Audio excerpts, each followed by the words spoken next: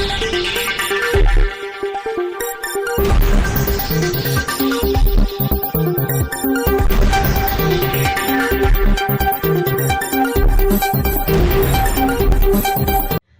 દર્શક મિત્રો, આપ જોઈ રહ્યા છો શિનોર સમાચાર।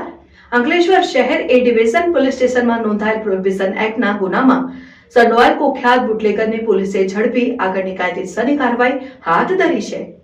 ગત તારીખ 9 સપ્ટેમ્બર 2024ના રોજ અંકલેશ્વર એ ડિવિઝન પોલીસ મથકનો સ્ટાફ પેટ્રોલિંગમાં હતો તે દરમિયાન બાતમી મળી હતી કે કાકતીવાડમાં રહેતો સુજાત ખાન ઉર્ફે સજ્જુ બશીર ખાન પઠાણ અને કસબાતી વાડના લીમડી ફળિયામાં રહેતો તુફેલ સલીમ મલિકે વિદેશી દારૂનો જથ્થો મંગાવી કાકતીવાડ વિસ્તારમાં આવેલ કબ્રસ્તાનના મુખ્ય ગેટ પાસેના બે જૂના મકાનની બાજુની દિવાલ નજીક ખુલ્લામાં લાવીને સંતાડી રાખેલ છે અને તુફેલ મલિક તેની દેખરેખ રાખે છે। જે અંગેની મળેલી બાતમીને આધારે પોલીસે દરોડા પાડીને સ્થળ ઉપરથી વિદેશી દારૂની 2090 નંગ બોટલ મળીને કુલ ₹2.21 લાખનો મુદ્દામાલ કબજે કર્યો હતો। જ્યારે બંને બાતમીવાળા ઇસમો સ્થળ ઉપર મળી ન આવતા પોલીસે બંને ઇસમોને વોન્ટેડ જાહેર કરી તપાસ હાથ ધરી હતી।